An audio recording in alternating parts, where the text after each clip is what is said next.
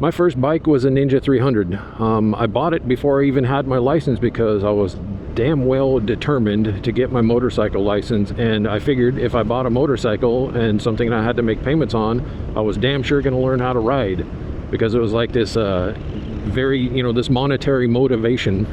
I was in it for good. Absolutely. I didn't think if I bought some cheap little Honda Rebel 250 off of Craigslist or something, then I could just back out of it. But since I had a motorcycle payment on a brand new bike, I figured that if there was anything that was going to motivate me to learn how to ride, it was going to be that. When I first started riding motorcycles, it was a decision to overcome a fear that I had from when I was much younger. I don't know, it's probably like 21 years old.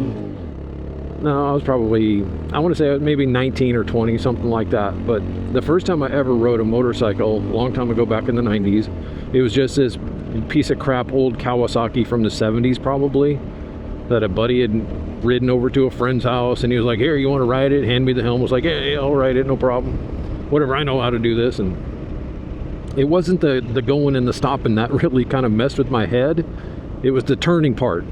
The turning part of it really screwed me up because I didn't understand counter steering when I was riding that bike. And it was really just messing with my head, because having driven a car, I've owned many cars, started since way before I had my driver's license. I've probably owned over 70 vehicles, all personal ones. These aren't business cars. These are like personal ones from, the 60s and the 70s, and not too many things from the 80s. But anyways, I'm an old school, muscle car guy. So having owned many cars, in my mind, you turn the steering wheel to the right, you go right, you turn left, you go left. But on a motorcycle, it's kind of the opposite of that. For counter steering, because if you want to go right, you're going to push right, so technically you're turning the handlebars to the left to go right, and to the right to go left. And for a lot of beginner riders and people who don't even think about it, there's a lot of people who've been riding for many years, don't understand the concept of counter steering. But anyways, when I rode that old Kawasaki that my buddy tossed me the keys to, the turning part of it really screwed me up.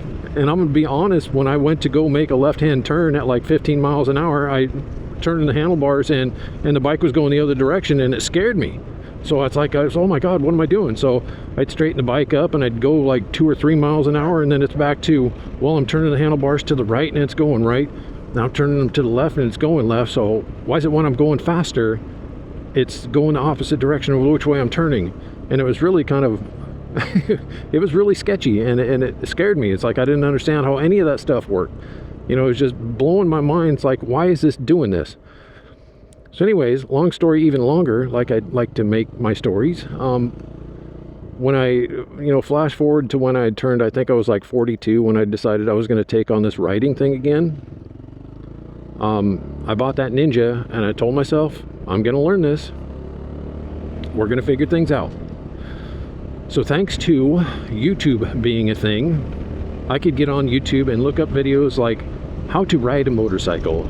And bless all of you guys out there in YouTube land that took the time to explain to people how to ride a motorcycle. Even though there weren't too many videos out there on counter steering, and I didn't even know what to look for. So what I did with my motorcycle when I bought it, the Kawasaki dealership delivered it to my house. There was a young guy that worked in the mechanics part of it. He brought it to my house, dropped it off, and then walked back the 1.5 miles or 2 miles to the Kawasaki dealership, which is weird. I was like, hey man, you want to ride? He's like, no, I'm good, I'll just walk. I guess it kept him out of the shop longer. So anyways, he took off, went back to the shop, and I had that brand new Kawasaki Ninja sitting in my driveway.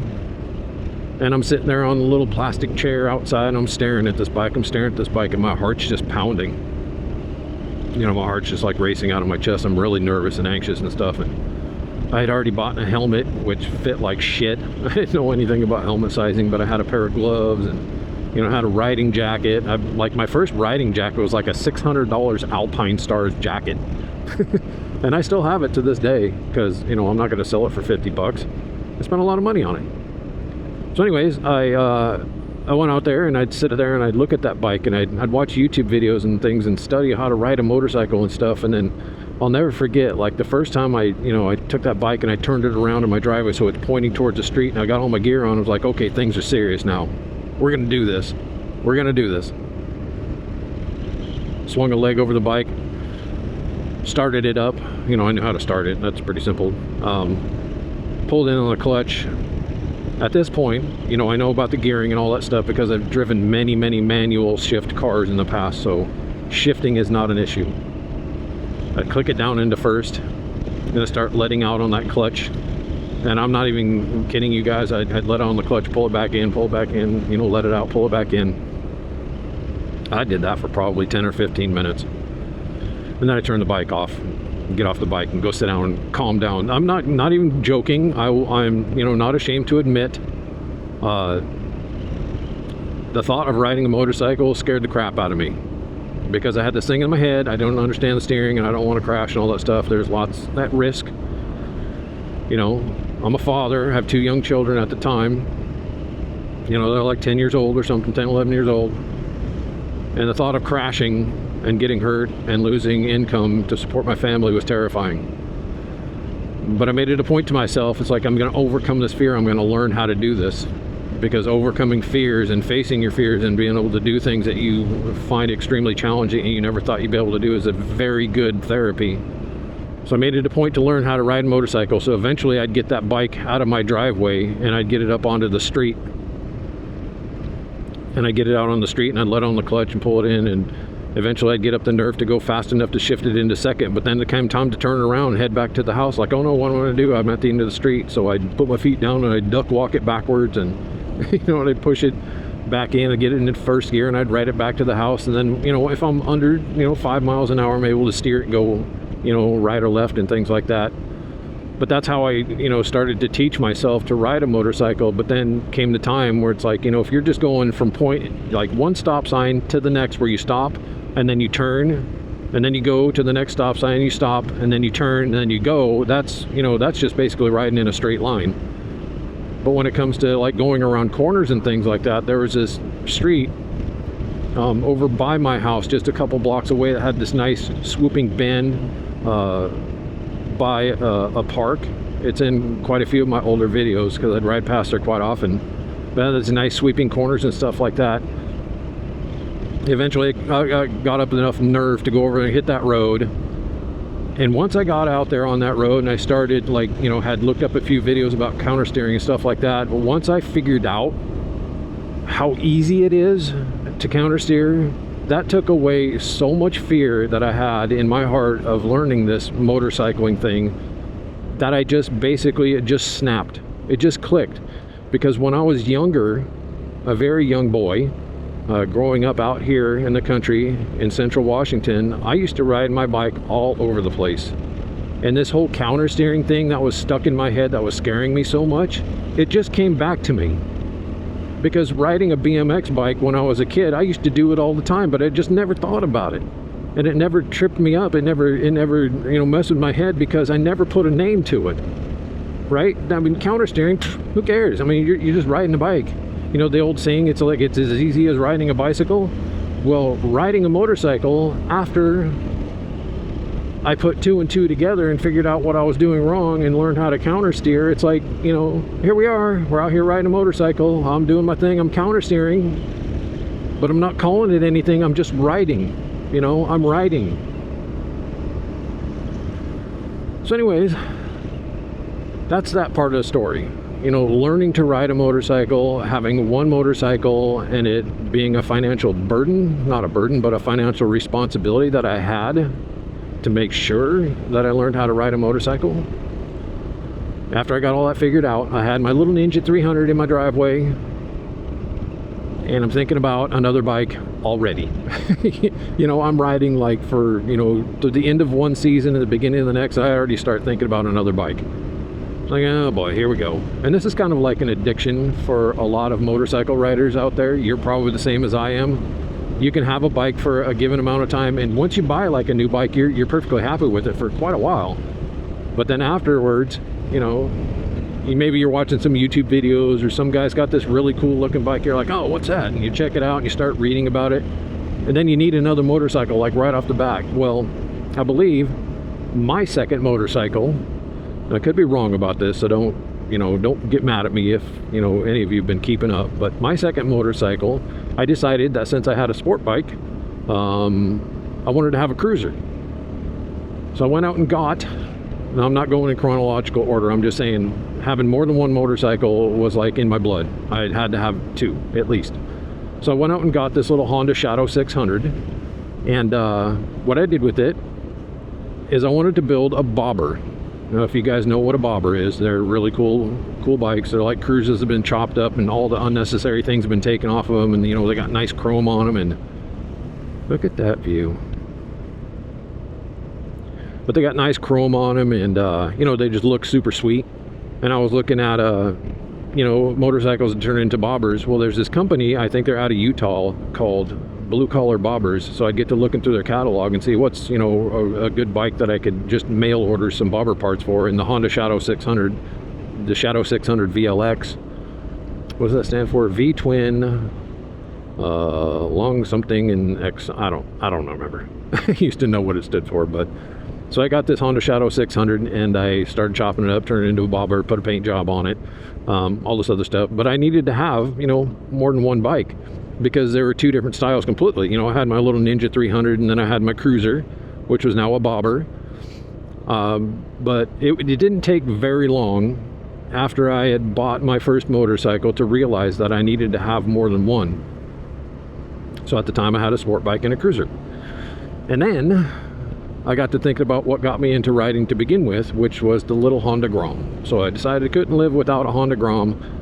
But at the time I couldn't find one, so I ended up buying the Kawasaki Z125 Pro, and then I customized the crap out of that thing, lowered it, stretched it, put clip-ons on, exhaust, tuner, all that cool stuff, made it a pretty sweet little bike.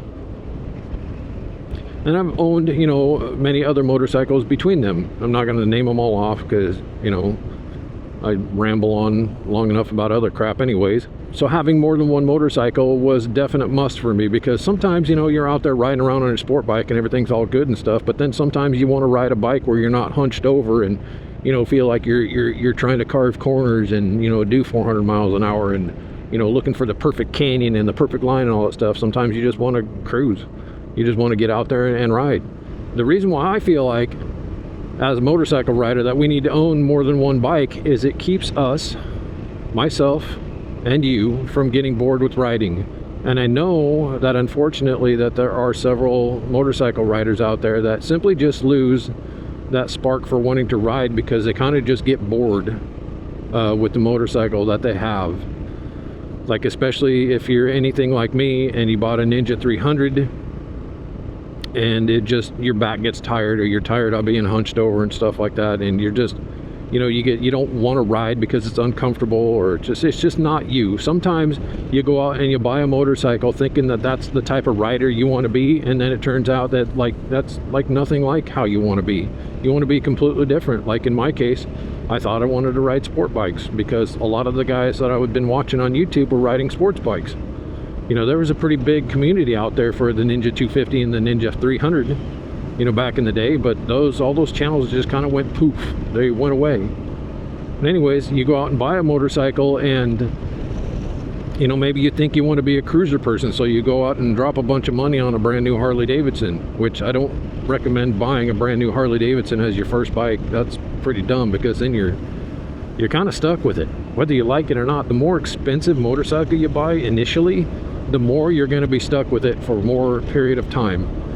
So if you go out and buy, like, say something like a Monkey, a $4,500 bike, or a Grom, a $3,500 bike, you're not going to be financially strapped to that motorcycle for very long if you choose to get out of it and you want to ride a different type of bike.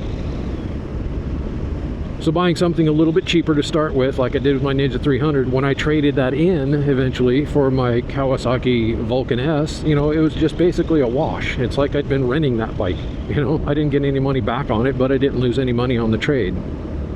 So the benefit of owning multiple different types of motorcycles is it keeps riding interesting. When you feel like you just want to go out and cruise, like maybe you want to do 35 miles an hour on a backcountry road. What's the perfect bike for doing that? Well, a Honda Monkey. because I know I don't have to go very fast and there's no traffic out here, and if I need to hit a dirt road to turn around, I get, you know, turned around somewhere and I end up on the dirt. That's perfect. This monkey can handle it. It can do all that stuff. Okay, so what if you're one of those people that immediately started on a little bike like the Monkey or the Grom, or what's that other one, the Metropolitan, or if you started on a little, you know, a little Cub 125. If you started on one of these little bikes, congratulations, you made an awesome decision as purchasing your first bike. But I'm going to recommend that you go out and buy something bigger to go along with your tiny little bike. Because as good as these little bikes are at pretty much doing everything under 50 miles an hour, there's going to be times where you're going to want to hit the highway and you're going to want to go cruising with your friends and maybe go on a road trip or something. So you're going to need something bigger that's at least 300 cc's and can do highway speeds and things like that. These little mini motos, don't ever take them on the highway unless it's like a 55 mile an hour highway. You can maybe try to push it, but go out and buy yourself something that's, you know, 300 cc's or bigger, just so you can go out with some friends and, you know, people that maybe like you're going to go on a small group ride to a, you know, the next town over, but it requires getting on the highway. Go out and buy something like I have a Versys X300 that'll do highway speeds and things like that, or, you know, buy yourself something bigger, whether it be just like a naked, like maybe a Z400, you know, or maybe even a CB500X or something, or whatever they're making them now, whatever they're called. Just go out and buy something bigger, because you're going to want to have that option, you know, to go out there and do some longer miles and things, which these tiny little bikes really can't do.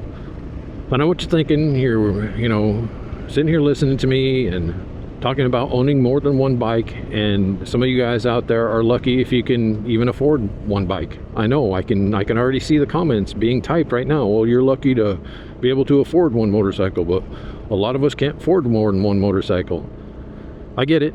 There's struggles. You know, there are things that you know, roadblocks put up in front of you that keep you from owning more than one motorcycle, and I absolutely understand it. You know, if I had a bigger garage, you know what, if I had a garage, period, if I even had a garage like I used to, I'd probably have more motorcycles. But right now, I got 4 motorcycles, and they're all shoved in this stupid little Harbor Freight tent because I have to work with what I have. So I'm going to tell you, you know, if you know, went out and bought a motorcycle and you're all good to go and stuff like that, and you need, you know, you'd like to own more than one bike, but, you know, cost is a factor. Don't forget that when people buy brand new motorcycles and they ride them off the showroom floor, they immediately lose 20, 30, 40%, sometimes 50% value. Like a little Honda Grom holds its value pretty well, but if you, like somebody goes out and buys a Navi and is riding around on a Navi for, you know, 5 or 6 months, and they want something bigger, when they turn around and they decide that they're going to sell that little Navi, how much do you think that little bike's going to go for on, you know, the used marketplace, you know, on Facebook or Craigslist or something like that? A Honda Navi? Pff, I wouldn't pay any more than like maybe $1,000 for it, if that. So how much for, like, say, I don't know, a used Kawasaki Vulcan S? You know, those things are 7 or 8 grand brand new. You can pick those things up for what? I don't know, 5 grand maybe. If you're lucky, you find one, somebody wants to sell one, you can get one for about 5 grand. What about, okay, here's a good example. You have a little mini bike and you decide you want a cruiser. Well, your little mini bike, so you're going to step up to a cruiser. Well, Honda's been making the Rebel for, I don't know, 472 years, last time I counted. The little Honda Rebel 250, believe it or not, is pretty decent at doing 60 to 70 miles an hour.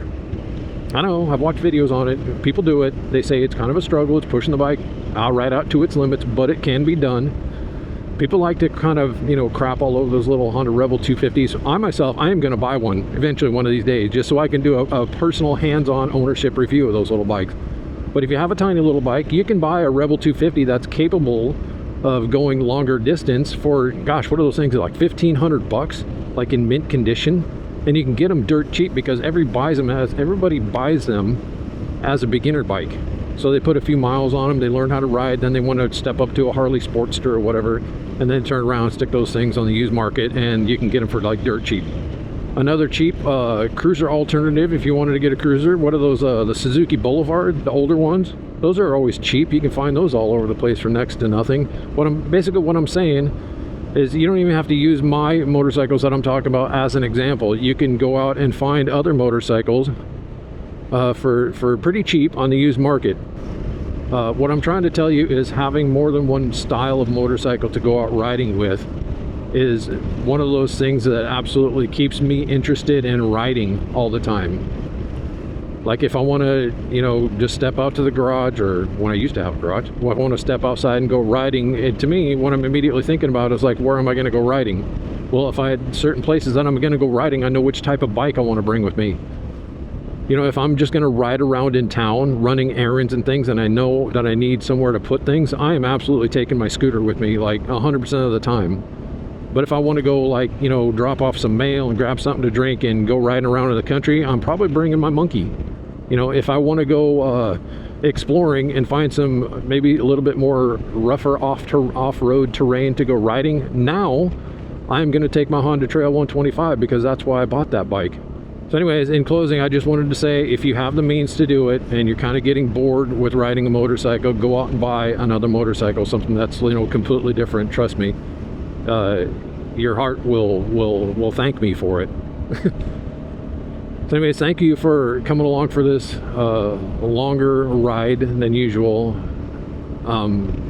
This is just something I've been thinking about for a while, so thank you for sticking around and going on a ride with me. And I just want to say, you know, I appreciate everybody that watches my videos all the way to the end and stuff, because it really helps me out, and I really enjoy making videos for you guys, so we have something to talk about down in the comments. But if you haven't already, please remember to hit that like, little thumbs up thing, and subscribe if you aren't already, and share this video with your friends. It really helps my little channel out, and I really do appreciate it. So until the next video, I want to say thank you, everybody. Ride safe, have a good day or night or wherever you're at, and we will see you on the next video.